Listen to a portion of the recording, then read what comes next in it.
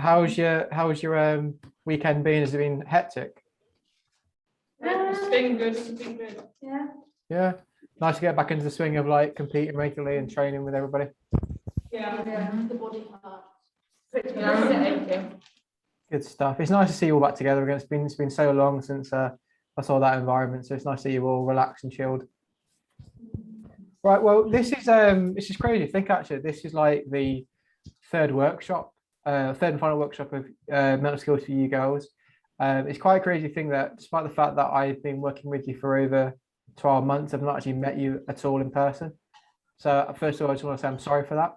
I'm going to try and aim to get down for the next camp to finally meet you in person eventually. I promise you that. But obviously we'll continue the theme of obviously virtual stuff. This workshop and kind of discussion we're going to have is a little bit different to kind of the usual approach we've talked about.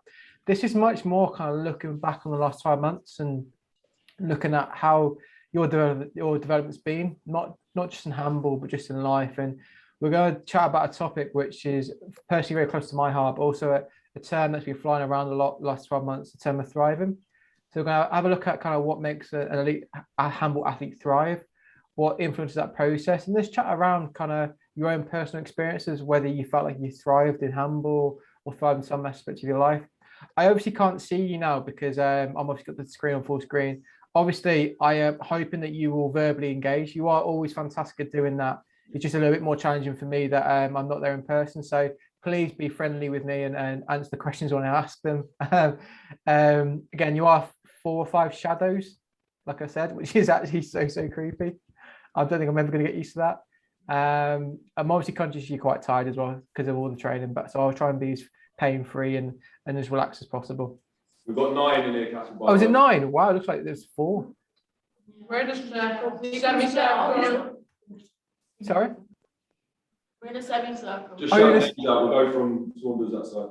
Anna, Alice, Serene, Caitlin, Lucy, Anna, Ella, Alice, Abbas. Well done, Alice Abbas. Well done, guys. Well, thank you for that. If anyone forgot who I am, my name's Casper, in case you've forgotten me. Right, so this is only going to be like 40 minutes. It shouldn't be too mentally taxing. Obviously, what we'll look at first is and talk about what exactly is a thriving handball athlete. We'll then look at how is your own experience of thriving developed in the last 12 months? Have any skills developed personally? And hopefully they have done. We'll look at how you've handled the challenges of lockdown, COVID, the impact COVID has had on you psychologically and your ability to deal with performance challenges. And then finally, we'll look at the next steps, which is going forward and moving on from this DiSE platform and going to the next phases of your life. How can you continue the upward spiral of positivity and continually developing as a person, but also as an athlete. So within this, you're probably familiar with all these things. Can you see these things on your on the screen? Oops. Yeah. Are you able to read them? Because I know there's a lot of information on there. Yeah. Just about. So this is just like a summary of kind of these are the key outcomes that we wanted to hit over the last 12 months, not just from the workshops, but also when you fill out the work booklet as well. A lot of these things have already been ticked off, but this is just kind of making you re-familiarize yourself with kind of what we've been looking at trying to achieve from a psych perspective. 12 months ago when I chatted with you girls, we looked at just identifying what are the psych demands of elite sport, what it's all about, and getting you to understand your own needs. And I've worked with a few of you more than others, but I from my experience, I've seen that your girls' self-awareness of what you need psychologically is dramatically improved. We've then obviously moved into looking at the essential behaviors and goals. And has anyone in this room started or done a bit of work on the mental skills work booklet? Yeah. One at a time. I actually understood that somehow. I don't know how, but so again, so you're familiar with setting down goals, reflecting on your progress, which you've done really, really well. The one that we're going to be looking at mainly today is this one here around communicate what mental skills you focused on improving over the last few months and discussing what you've seen and what you've found from your own reflections. That's why this workshop's called a professional discussion. It's a little bit different and more of an in-depth discussion. So starting off, does anybody know what thriving means? Or kind of, if you had to try and define it, what would you say it is? Do they thrive? Yeah, so I said, if you had to define the word thrive or thriving, what do you think that component means? What do you think it looks like? What's it all about? Irrelevant. Doing the best possible in an environment. Yeah. Anything else? I say like doing good, both like mentally, physically, Yeah. anything like that. So like that holistic development, all round improvement. Okay. Anything else? Do you think there's any emotions involved in this process? Yeah, You're happy. yeah, Yeah. you're enjoying what you're doing. Yeah, exactly. Pretty much hitting them on the head. So in the simple terms, it's known as the joint experience of development and success. Obviously in sport, they always talk about succeeding, scoring goals, winning championships, is winning matches, but also as well, it's also about that development, not just from a skill perspective, but also from a personal perspective, whether that's your well-being is improving, your social side's improving. So that's why it's called the joint experience. Both the development then will then lead to that success. In a little bit more detail, and linking to what you just said, is the experience of feeling good about life and yourself and being good at something. So you mentioned really nicely in the environment, again, thriving within the environment that you compete at. It's also about feeling competent, feeling confident that you can do well in something. Thriving isn't necessarily a performance context. It's like a whole holistic perspective. So you could thrive in your outside life, or thrive in your life outside of sport, but you might not necessarily thrive within sport. So it's a much broader spectrum, but within sport, it generally refers to how you perform and how you compete within the environment. And like you nicely mentioned as well, it's about progressive enhancements, not just psychologically, physically, technical, tactical, social. You can thrive in a number of different aspects. And again, it's always important to remember that, because if you feel you're struggling in life, look at the bigger picture and try to see if you can take some optimism or a bit of hope from another aspect of your life, and realize that not every aspect of your life is bad. There's something good in some area. So moving on to the first discussion point, and fingers crossed you'll be great at this. What do you think leads to an athlete thriving within their environment?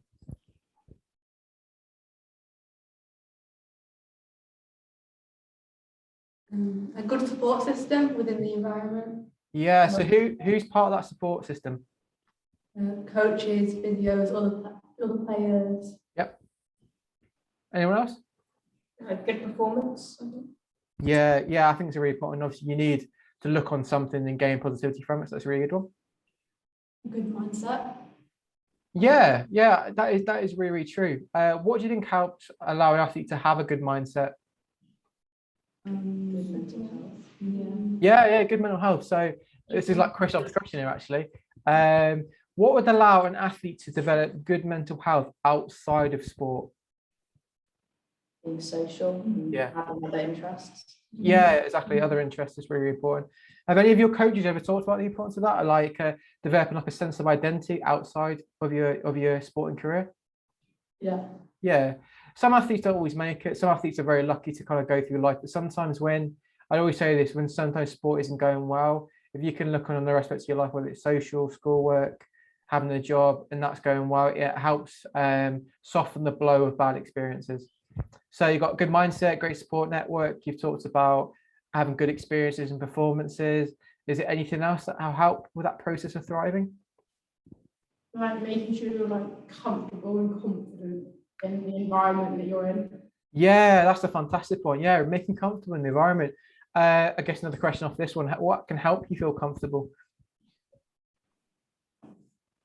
Support. Yeah. Like making them feel like you're welcome. Yeah.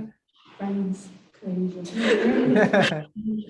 I think, and I'll be the first one to say this, girls. Like I've worked in handball for 6 years now, and time after time, I always see the girls, especially, you're able to create like this little unique bond with each other, and you're always there for each other. And I haven't always making sure there's that supportive network. When someone's down, you're there to kind of pick them back up. So it's a lovely thing to see, and it's consistently happening. So you girls have somehow created this legacy or culture of positive support for each other. So it's really, really nice to see. And obviously you continually prove it by the answers you give. So a few things just to kind of add to the kind of what you talked about, and you touched upon this really, really nicely. You talked about relationships and social support. You talked about emotions, feeling good. You talked about feeling good within yourself. A thing that you sort of mentioned was knowledge and learning.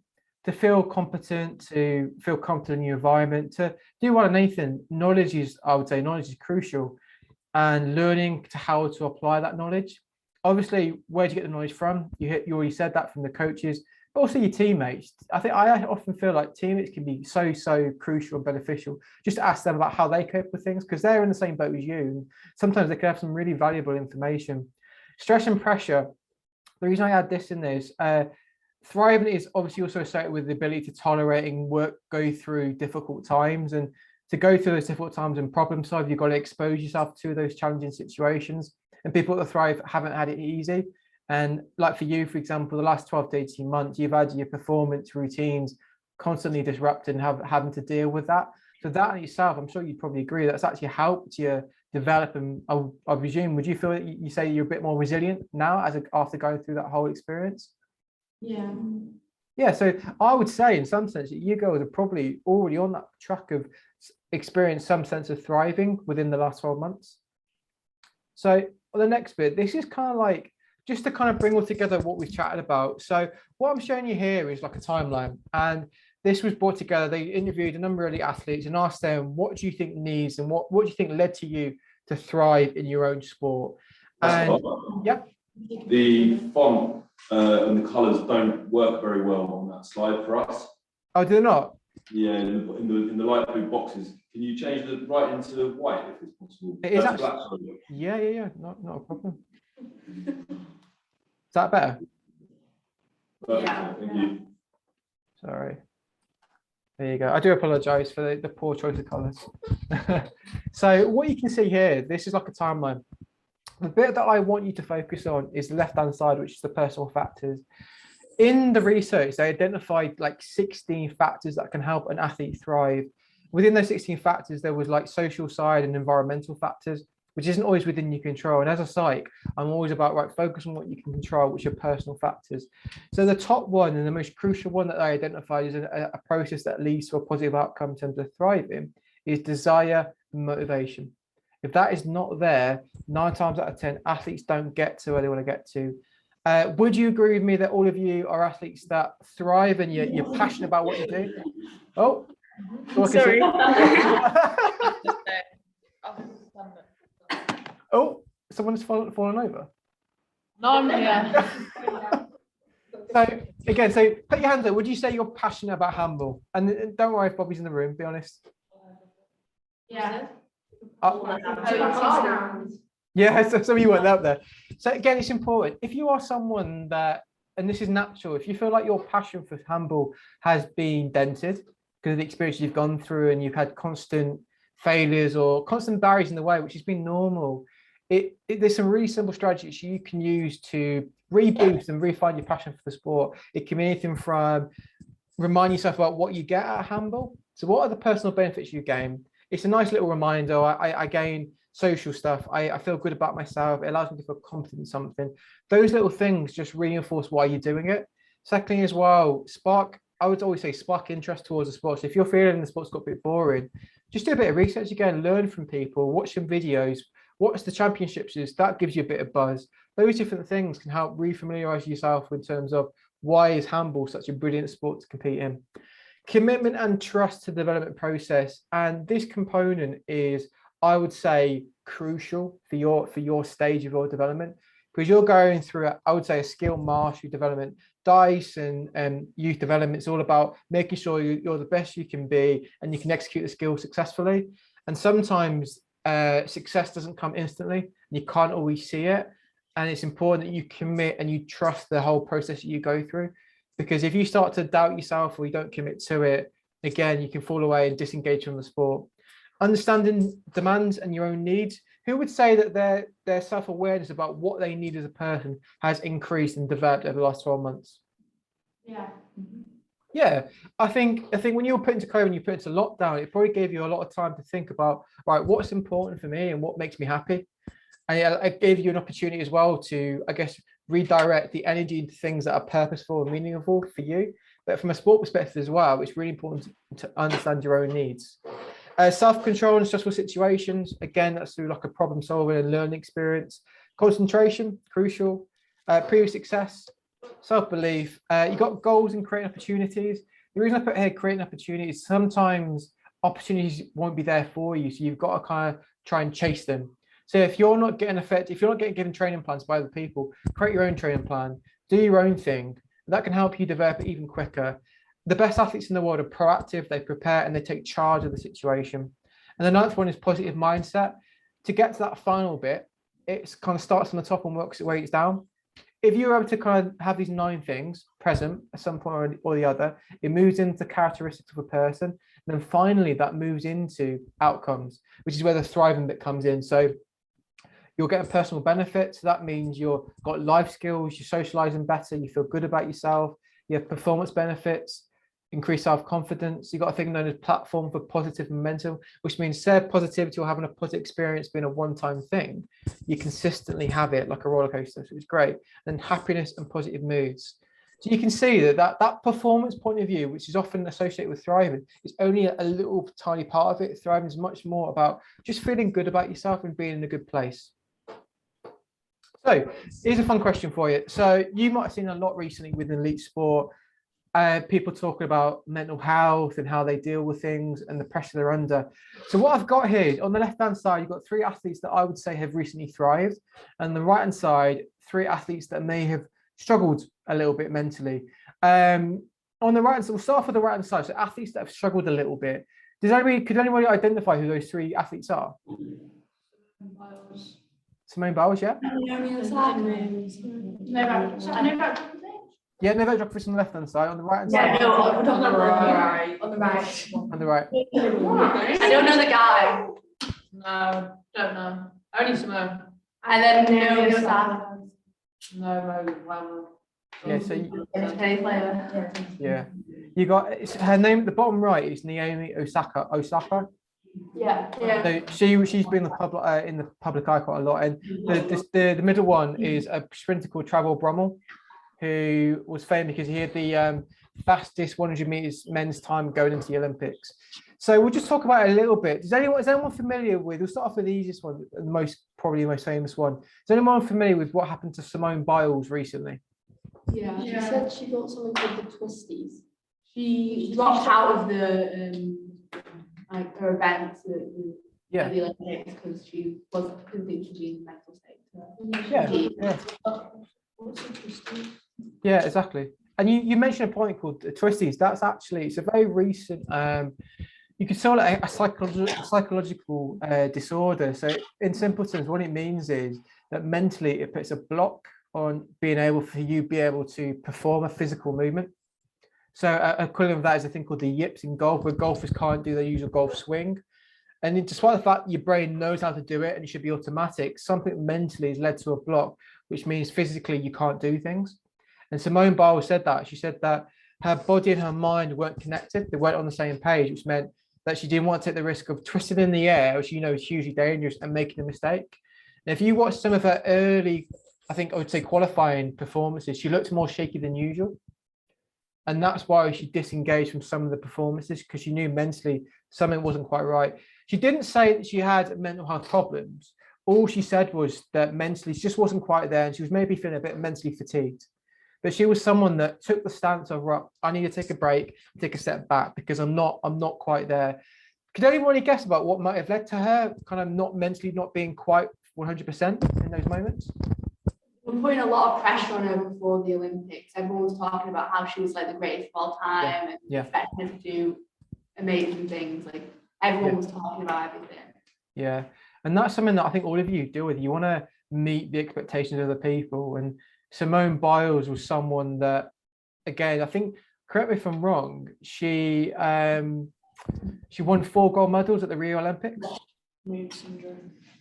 It lost me. Yes, the same sort of thing. There's different terms for it, but she going into it, she was guaranteed.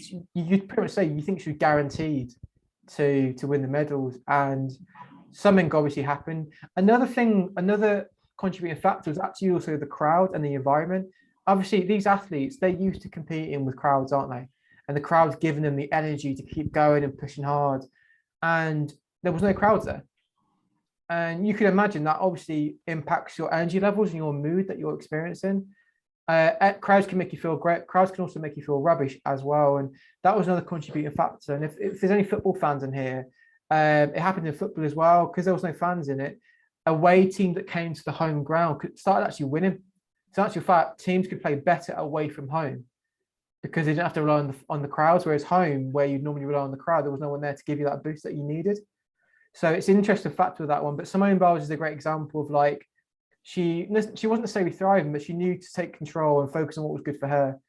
The second one was Trevor Brummel. He didn't thrive from a performance perspective. And again, you might not be familiar with him because, again, he was quite new to the scene, hugely talented sprinter, but he failed to get even into the final, despite the fact that I think his fastest time was like 9.7 something, which is a ridiculous time.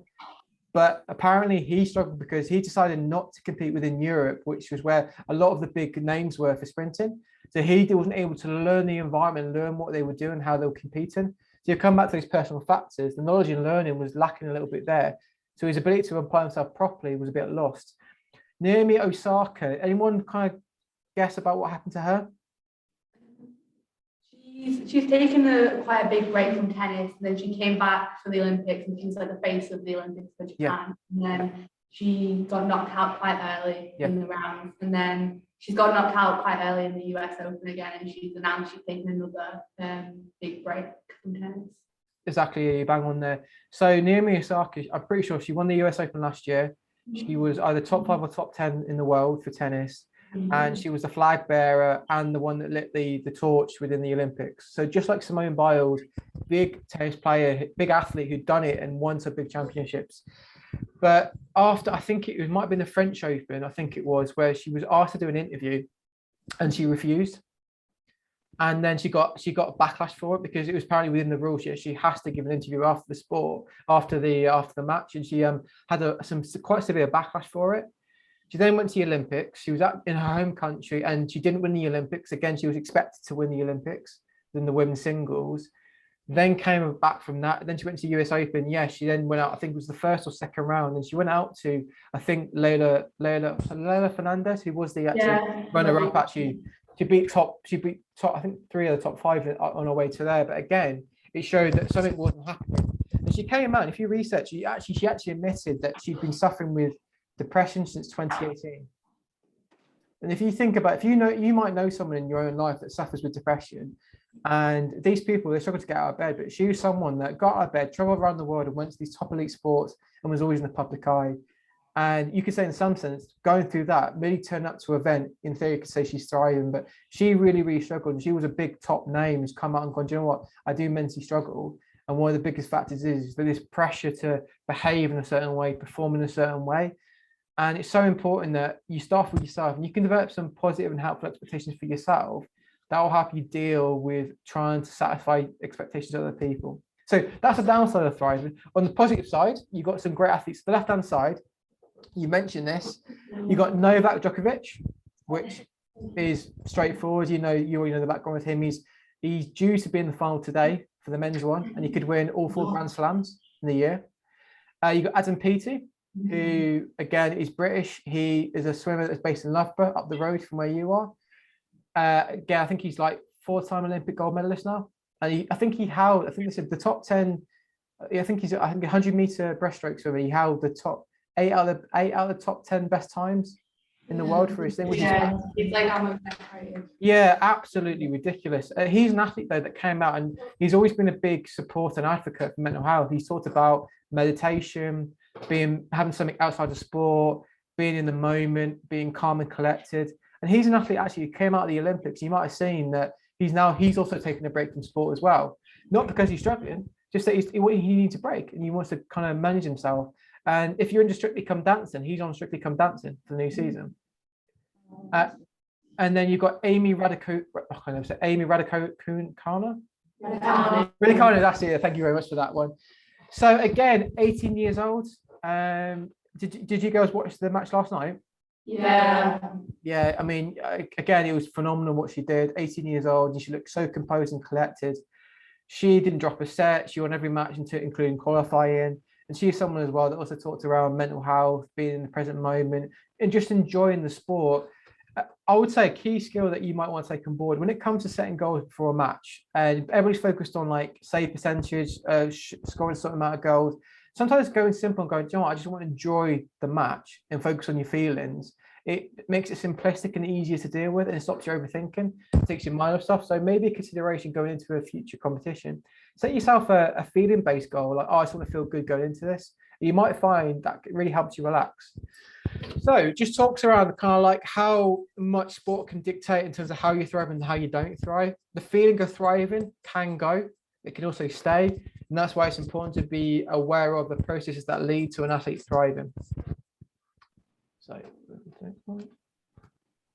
So how can an athlete thrive? So this is the bit for you guys. And obviously, I didn't want to chat all day and say this is what the top elite athletes do and here's no skills. These are a few really simplistic things that you can do just to help continue your own development and the positive experience that you're having. So the first one is just learning opportunities and exposing yourself to experiences that you perceive challenging and stressful. Stress is good when controlled, and you only will perceive stress as challenging when you're feeling positive. So you're going to something going, oh, that's quite nerve-wracking, but I know I've got the ability to cope with that. So it's important to put yourself in those situations during training so you can learn how to deal with that pressure. By doing it in training where you're allowed to make mistakes and fail, it helps you develop problem-solving skills to go into the real thing, like a pressurized situation, you can cope better. So that's the first thing that I'd recommend to you. Just expose yourself to things, but in a controlled environment. Support. You probably heard everybody bang on about social support, and you mentioned it fantastically at the start of this kind of session that your support network can be utilized in multiple ways. There's this myth that you only speak to people for emotional needs. It's much broader than that. Think about the informational needs they can give you, because learning can come from your teammates, from your parents, from your coaches, from practitioners in different fields. It's a great resource, and people that are experts, they actually love to talk about themselves and they love to share knowledge. So, oh, you still there? Oh, they've gone.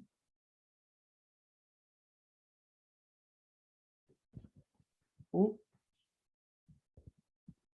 What's happened there?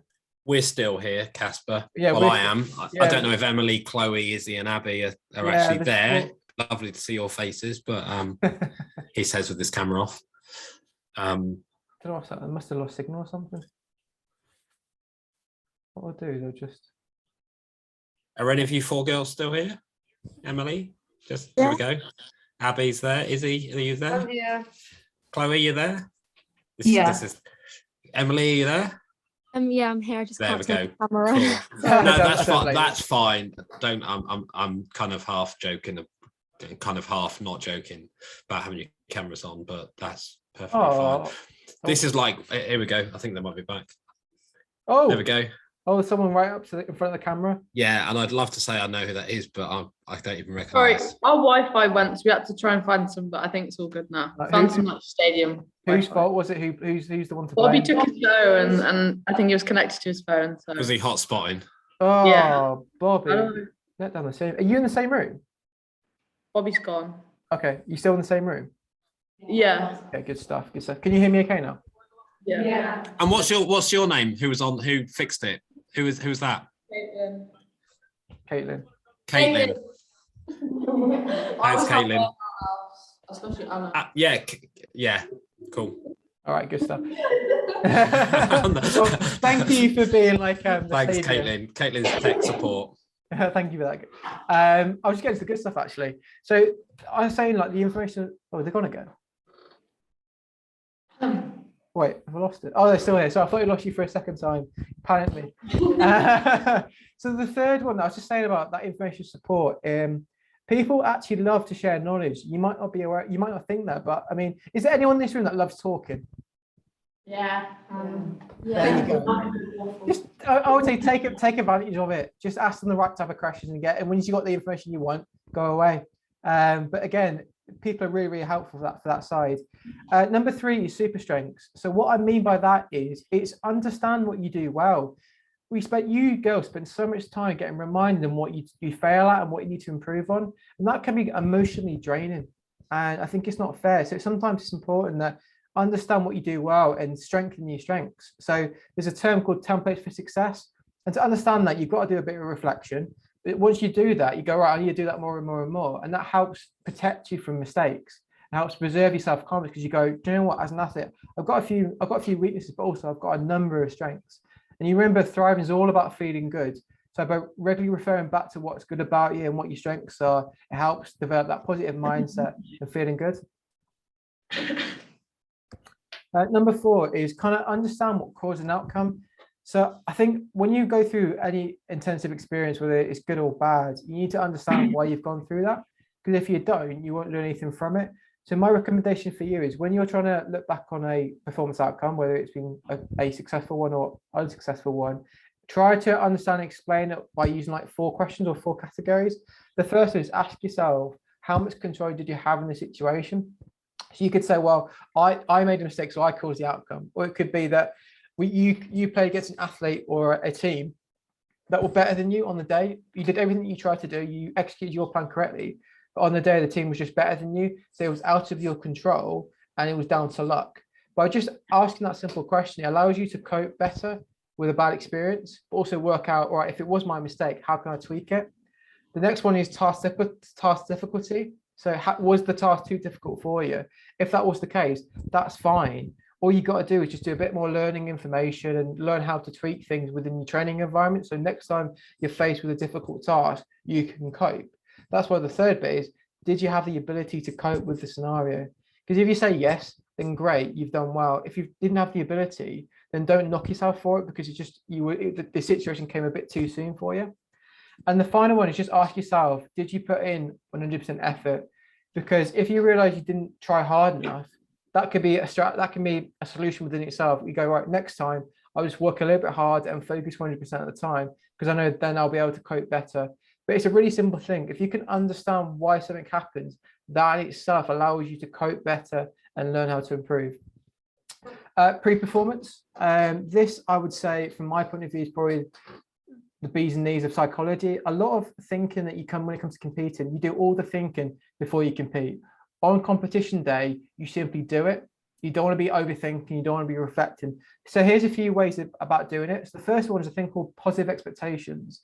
If you allow your brain just to go by fate, you automatically will think about what will go wrong, what will you struggle with. Whereas if you take a bit of control and go, right, based on recent training experiences, based on my strengths, what positive expectations do I expect to occur? So you can go, well, I'll expect to do that skill well. I'll expect that my teamwork will be good. I'll be able to communicate well. By developing positive expectations based on your prior experiences, it allows you to feel more control, allows you to feel more prepared, but also feel more confident, which allows you to go into something feeling more mentally ready. The second one is positive emotions. I can't stress this enough, that just have something just before you compete on the same day or the night before. Just do something enjoyable that's completely unrelated to sport. So whether watching a movie, catching up with your mate, reading a book, just do things that allow you to feel good, because when you feel good, your positive emotions broadens your perspective on things and opens your mind to stuff, and also helps you keep more calm. So it's a very simple, elegant technique to do just before a big competition, especially when it's like playing a rival or an important scenario. Just do something that you enjoy doing very close to before the competition. We've then got positive and personal statements about your skills and abilities. Instead, say, just go really broad and go, do you know what, I'm a really confident person. I'm mentally tough. I can deal with this. I can deal with that. If you make the statements really, really personal, you start to believe in yourself. And again, your self-talk, as you probably learned, is so, so powerful. And you've just got to get into the habit of regularly saying those things. The more you say it to yourself, the longer you'll start to believe in it, and it'll become a bit more of a habit, but it takes a bit of time. But that general consensus is that generally doing all these positive techniques before a game can make a huge difference. But my 2 top ones would probably be positive expectations and positive emotions. Try to do things that allow you to achieve those 2 goals.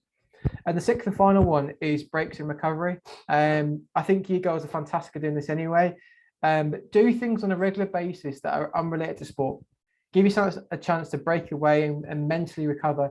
You always do physical recovery, which is really cool downs, eating well and sleeping well, but allow your brain to recover as well, because handball is mentally demanding and the environment you're in is mentally demanding. So with that one, is any girls in the room got any things they consistently do to switch off and kind of recover? Did you say no? Netflix. Oh, Netflix. Yeah. So although it's getting. Tell you what, I was getting bored. I've actually recently embarked on downloading Disney Plus, which sounds like a little.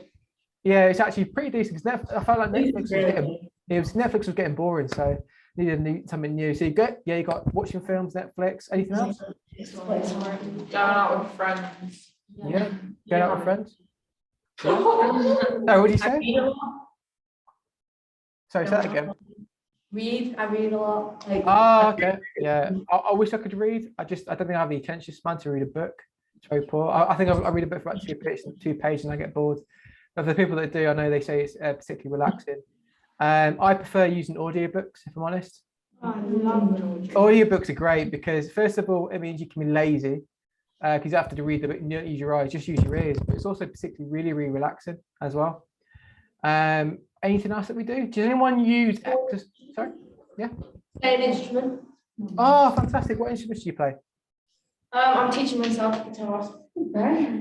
Oh, cool. Would you ever give a show to the rest of the girls about how good you are? Not quite yet. Not quite yet. Give it a few months. So again, great number of strategies there. Just important, just put in some time, even if it's just 5-10 minutes. I personally make sure that every day I just have about 10-15 minutes listening to music. Because for me, music is hugely beneficial to help me chill out and switch off. So we're on to the final bit now, I think. Yeah.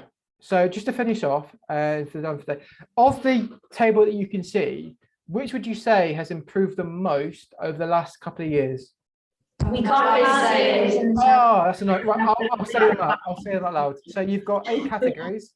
You've got motivation and commitment, resilience, self-belief, concentration, positive mindset, problem solving, self-awareness and development, and emotional control. Of those 8 areas, which would you say have improved the most? Sorry, we're just like mindset and resilience after lockdown, like not being able to train, definitely like improved. Yeah. Anything else?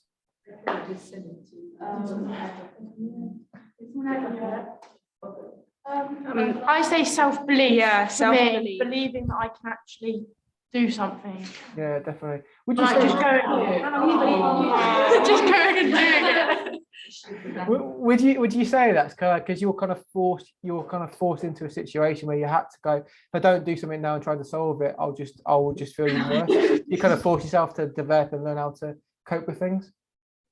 Say that again. Did you hear that at all? Well, I kind of heard a bit, but I didn't really understand it. Okay. So would you say your self-belief's developed because you're kind of thrown into situations that you weren't prepared for? So then you realize that you can cope with these kind of pressurized situations, which allows you to feel good. Yeah. Okay.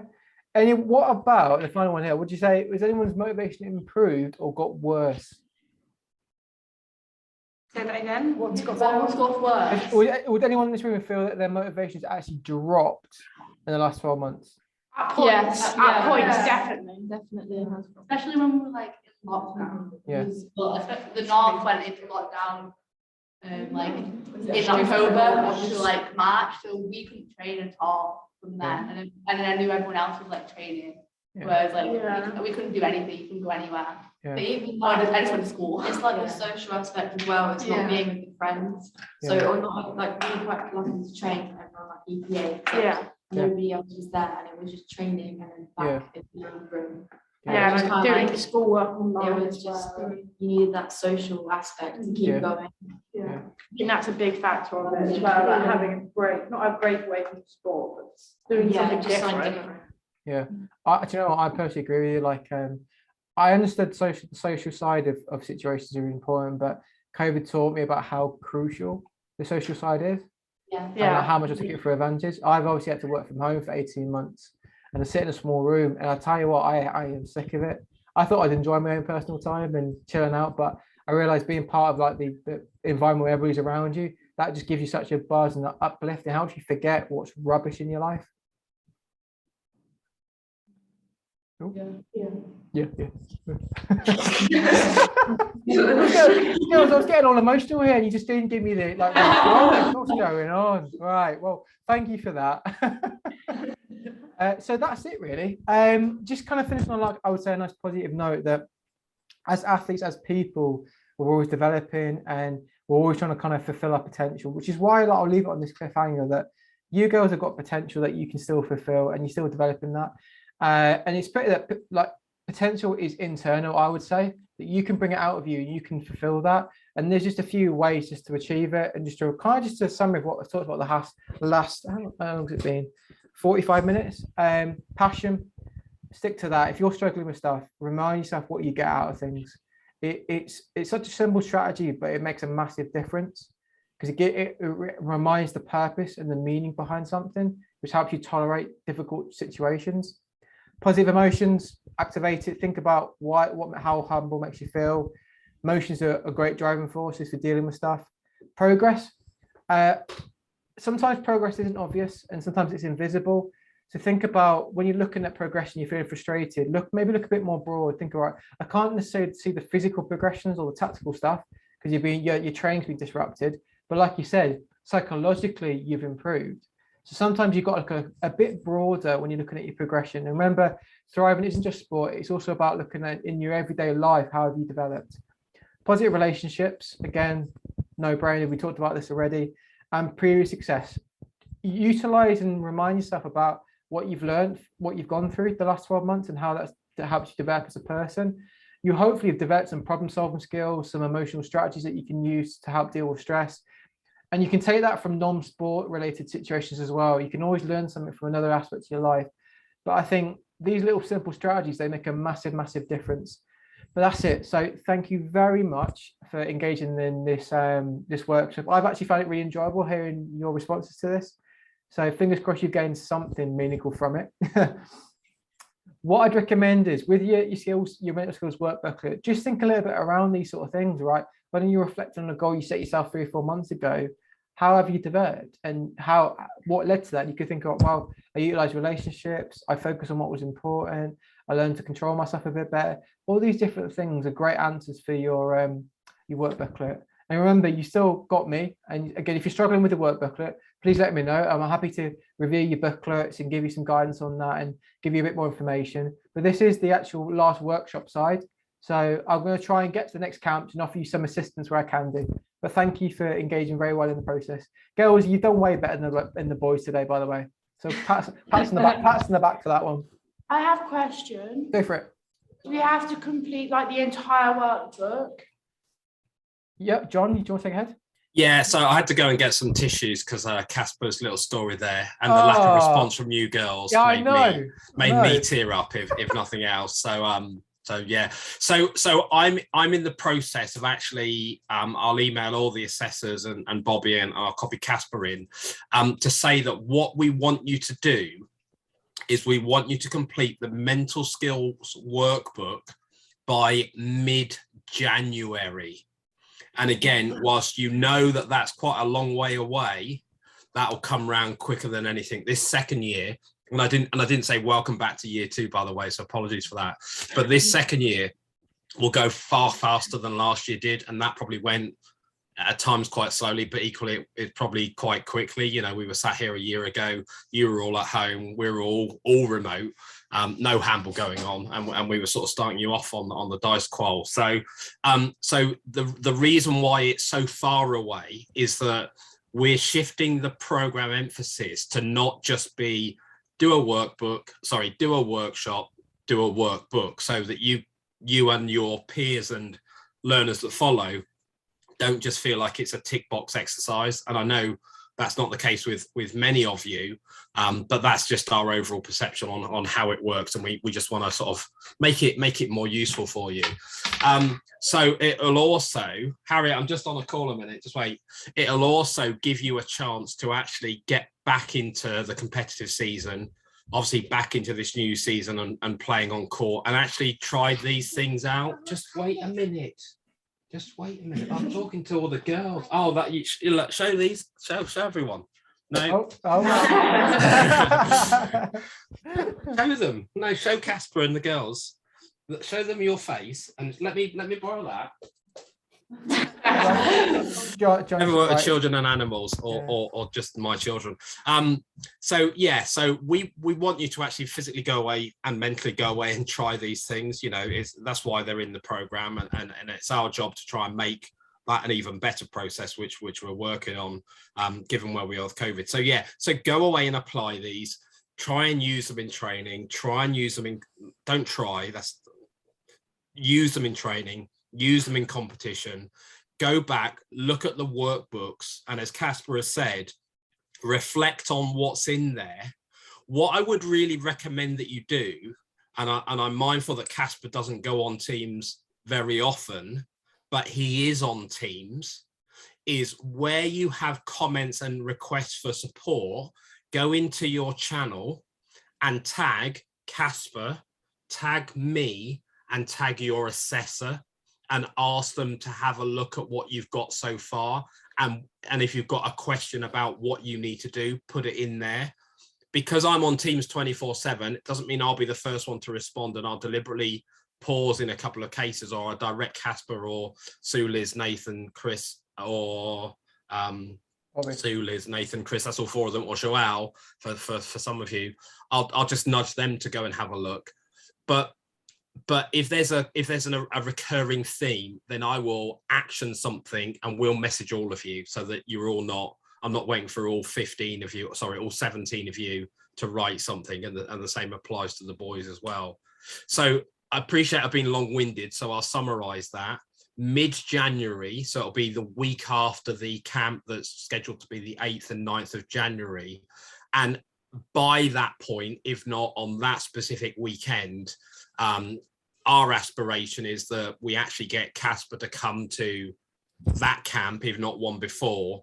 And again, that will be an opportunity throughout the day to kind of sit with him in small groups or individually, to pick that off. And similarly, I'll aim to do the same. I was on a long trip to St George's Park with the FA and then down to Bristol yesterday, and I almost detoured back via Stoke Mandeville, but I realised that would have probably added about 3 hours onto my already long day. But we will come and physically be with you at some point on a camp, where again we can sit with you. So we'll get you to bring a device, and you can actually finish that work. But again, and I know I kind of have disappeared into the background, which was always the intention because of the way that this program runs. But do feel free to ping me a message on Teams, and sort of crack on with it as best you can, and ask for that help. You know, again, we're here as an extra layer of support. Casper has the psychological expertise. I probably have I know I have the focus of being in and around the DiSE Qual 24/7. So, you know, it's been lovely seeing you, Caitlin, up close, and I hope your horse is okay without hopefully opening up a whole can of worms there. Caitlin's got a lovely horse called Chester, and I didn't look that up. I remembered once I twigged who you were, Caitlin.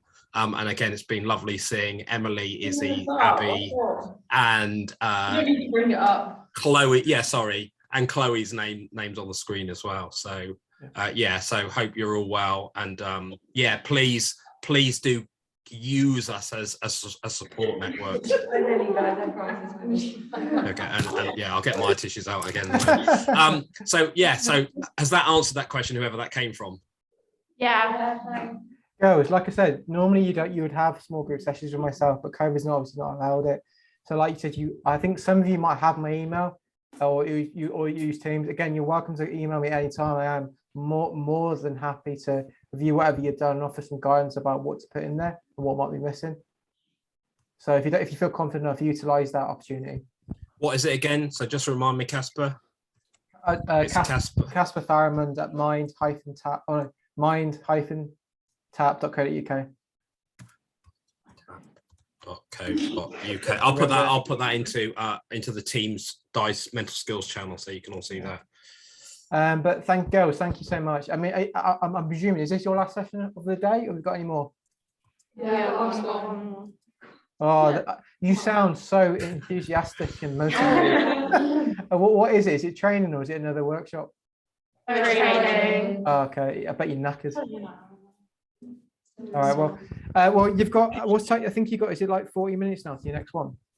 Yeah. Yeah, well, 40 minutes. Well, yeah, enjoy the break and stuff, and hopefully I'll see you at the next camp. But if I don't see you for a little while, enjoy yourself and keep going with everything, and good luck with it all. Thank Right. you. No, you got one Thanks, person. everyone. Oh. Cheers, mate. Thanks, everyone. Cheers, John. Oh, we had a bit of problem with the Wi-Fi. Thank you. Thanks, Emily. Thanks, Susie. Thanks, Abby. Thank you. Thanks, Emily. That's all there. Stop. Stop. Great. That was awesome, Casper.